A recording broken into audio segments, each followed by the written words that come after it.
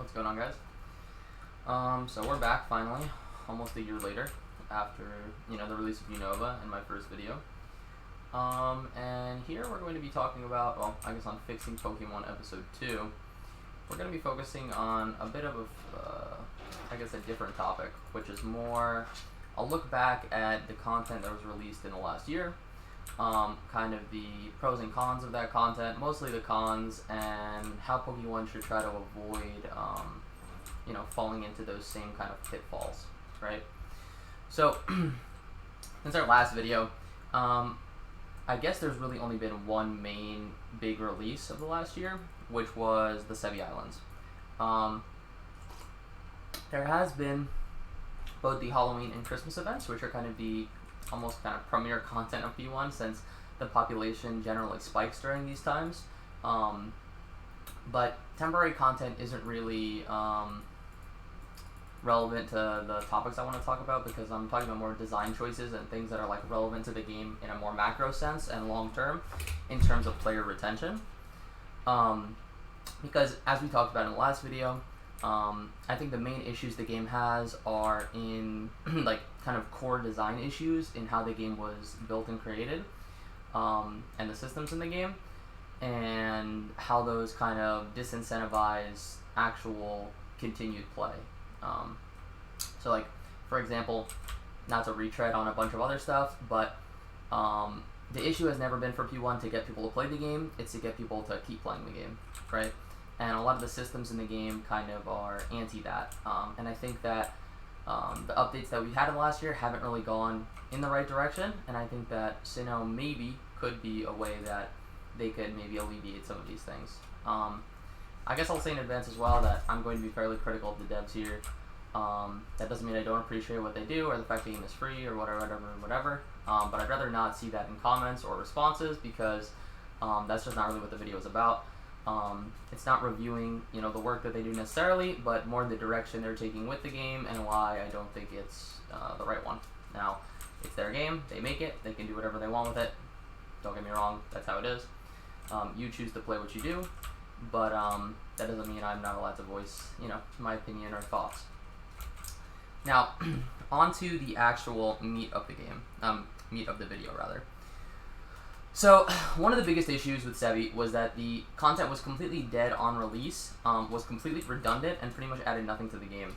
And I think Sinnoh is dangerously in line with that in terms of the direction that the devs are going. We have seen a stream of some of the early game of Sinnoh, so I'm not saying that that's representative of what the entire thing will be, but it looks pretty much just like a complete cookie cutter of the actual games, down to the Pokemon that appear, the storyline, etc., which is fine. Honestly, for storyline stuff and PvE, I don't really expect them to change that much. I'm more interested, I guess, in terms of the actual new additions to the game, which I think Sinnoh severely lacks. But let's go take a look back at Sevi, right? So on release, Sevi basically added 3 new bosses. It was Deoxys, which is kind of hard to get to. You have to farm for the daily, and then get the stone, go there. He doesn't really drop anything worthwhile. It's kind of a complete waste of time. I don't think anyone even does it now. That was pretty much completely dead. I did it once, done with that. I guess I should also add, Sevi is post-game content after Johto and Kanto. I think that's all you need to go do it. And it's about a 3 or 4 hour quest, and it's fairly easy. In that regard, I don't really have any issues with it. That's fine. So, other things it added. It added Moltres and, not Moltres, the Legendary Bird and the Legendary Dog boss fights, which are instantly completely irrelevant considering it's just easier to make alts and farm those bosses in other ways. And they added a Tyrantrum fossil in the arcade, which is pretty much impossible to actually get considering it requires HA. You can only activate, I think, 3 fossils a week, and they cost 200k each, so I mean that's pretty much just completely irrelevant right off the bat. So all the content they released with Sevi was completely redundant. It wasn't engaging, it wasn't challenging, and there was no real point to it. And it was very, very disappointing for most of the existing players. They did add a Body Slam tutor, which was good for Pokemon like Tauros and Jirachi.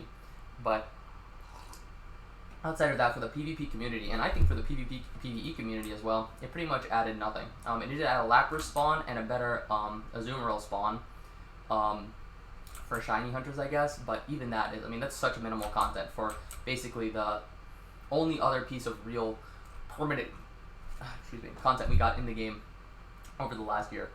So what are some ways that I think they could have avoided this with Sevi? I will also add later on, they did add the Latios and Latios quest, which I think was actual good content, as those are Pokemon that are relevant, people wanted them, but this was after the initial release, and from what I understand, wasn't even originally planned to be on Sevi, and it was actually supposed to be part of Unova, but they kind of added it in here because a lot of the content was dead. Now, that information could be incorrect, but I just thought it'd be worth saying. So that quest has its own problems, considering it basically takes 11 days of just like mindless, boring grinding, which I think is by far some of the worst kind of content you can add to a game. Like, content that is A, not engaging, like B, time consuming, and then 3 is just completely time gated by literal, like, real life time, right? Like, how many people really want to sit that are not like invested in the game heavily are going to come do a boring long quest every day for 11 days just to do it, which I understand is the point, but it also opens up another design choice, which is making, you know, good or rare Pokemon extremely exclusive to the point that they become, you know, very expensive. Now, it's not so bad with Latios and Latios. I just think that's a general trend that we see in the game, which I think is kind of negative. And that takes me to one of the other things in Sevi that I think they should have changed, which was the legendary bird eggs and legendary dog eggs. I mean, I personally think all of those eggs should just be HAs. Now, I know a lot of people are going to be like, what the fuck are you talking about? Right off the bat, but just hear me out. I mean, currently one of the best ways that people farm with alts for repeatable content is just Zapdos, right? You can go to Zapdos before you complete the Elite Four in Kanto. You can just rush an alt over there, do the quest, and sit a whole bunch of alts over there. Check it every day if it's HA. If it is HA, which is 1 in 100, whatever, if you have 50 alts there, you're going to be getting them fairly frequently.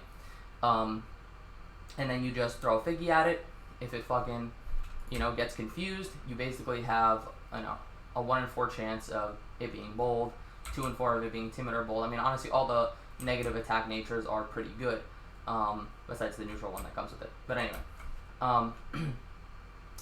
it's pretty, you know, pretty mindless and pretty easy way to utilize alts to make a whole bunch of money. If you had all of the legendary bird eggs, which are currently irrelevant, I just want to say, like, one of the issues with the Sevii Islands, which I had already stated, is that the bosses on release are just not used. Nothing on the island, people, like, there's no incentivization to come here, right? Why would I go do the Moltres boss or the Zapdos boss when I can just go slam a bunch of alts at Zapdos? Now, if all of the eggs that you got were HA, you have, let's just say, a 5% chance of getting the egg. Then you have a 1 in 3 of it being Zapdos, because let's be honest, Moltres and Articuno are completely irrelevant already. And then you have a 1 in 18 of it actually being, you know, bold or timid or whatever nature you want, right? Let's just say it's a 4 out of 18 because there's 4 usable natures, hypothetically. I mean, this would not break the economy. This would, if anything, help the economy because it would make these Zapdoses way more affordable. It would actually make people come to Sevi. It would make the content actually useful. If you really wanted to, you can make it more difficult to actually do the bosses. Not time gate them, but I don't know. Add more trainers ahead of it that you can't heal in between, you know, something to actually make it challenging. If you fail it, you can't redo it, whatever. There's a bunch of things that you could do to make the actual, you know, battle itself harder, and then make the reward much greater. So that's something they should think of. I think they should really be unafraid of doing things like that, like just making all those eggs HA, just because otherwise it's completely dead content. Like, what was the point? Like, how many hours did they spend making Sevi just to have pretty much no one be here unless they're doing the Latios or Latios quest or hunting a shiny Azumarill or Lapras? I mean, is that really what you want out of, like, who knows how many hours of development? Is that really worth your time at the end of the day if there's no real tangible benefits of being here? Why even release this to begin with? And I think Sinnoh is going to fall into that exact category. So I guess let's get into that now. So what does Sinnoh add in terms of things we don't already have in the game? So the starters are the big one that I think a lot of people are hyped for. I mean, many people who know me know that I'm a big Infernape fan and Polion fan. And I'd be super happy to find those in the game. However, I mean, based off the trends of Unova, I think it's pretty unlikely that we're going to have a farmable spot for them, which I think is one of the most important things they could add, considering of the general lack of things that Sinnoh is going to be giving us to begin with. I think in the post game there should immediately be a way that we can, maybe after a quest or some kind of challenge to, repeatedly farm the Sinnoh starter Pokemon. Other Pokemon we don't have that are traditionally in Sinnoh, Gastrodon. I mean, that's kind of a very, tertiary is honestly putting it pretty nicely. Part of the PvP scene. It'll be relevant, but not super. Oh, I actually want this. Manaphy, which will probably be a boss that will be unlockable, or gettable, catchable if it's not a PvP reward.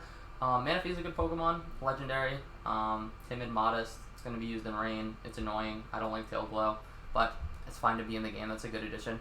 Darkrai might be catchable, kind of like Shaman Sky would be, but banned in PvP. PvE people might like it. I don't know. It could be interesting, but nothing really. That's not really that important. And then outside of that, it really is going to add nothing. We pretty much have all the relevant Pokemon. Garchomp, Staraptor. I mean, all the Gen 4. I mean, I could go on and on. Most of the Gen 4 mons have already been in the game. One of the big things with Gen 4 is that it added a lot of in the evolutionary lines of existing Pokemon. Those were a lot of the big Pokemon that came out in that gen, the likes of Togekiss, Gliscor, Mismagius, etc., Dusknoir, etc., etc. And we've obviously had those Pokemon forever. Garchomp's been in the games on release. And we pretty much got all of the Sinnoh legends with Unova. So it really begs the question, like, what is Sinnoh going to add that isn't already dead? What is going to stop it from just becoming, Sevii Islands 2.0? You do the story, you get whatever is available, and then, well, why am I ever going to be here? So I think the three main fixes that they can do to this is going to be adding in, like, actual farmable content that's repeatable, and a main, like, shift from the current daily grind kind of time-gated content that we see in the game, which I think is just really, really bad. So just to start off with, I think dailies are some of the worst kinds of things to have in a game, especially in MMO. And I know they're popular, and a lot of MMOs use this design, but they're not engaging, they're mindless, and to be honest, they're just like a pain in the ass to do, and they feel like a chore, especially when they are not rewarding at all, like we have in P1. Now they've made some boosts to egg chances on Heatran and stuff, which I think are good changes, and Rotom, and making Pokemon more accessible, which I think is one of the big things that Sinnoh can do, make rare Pokemon more accessible. Give Rotom a spawn point maybe, or have other ways to catch him or get him.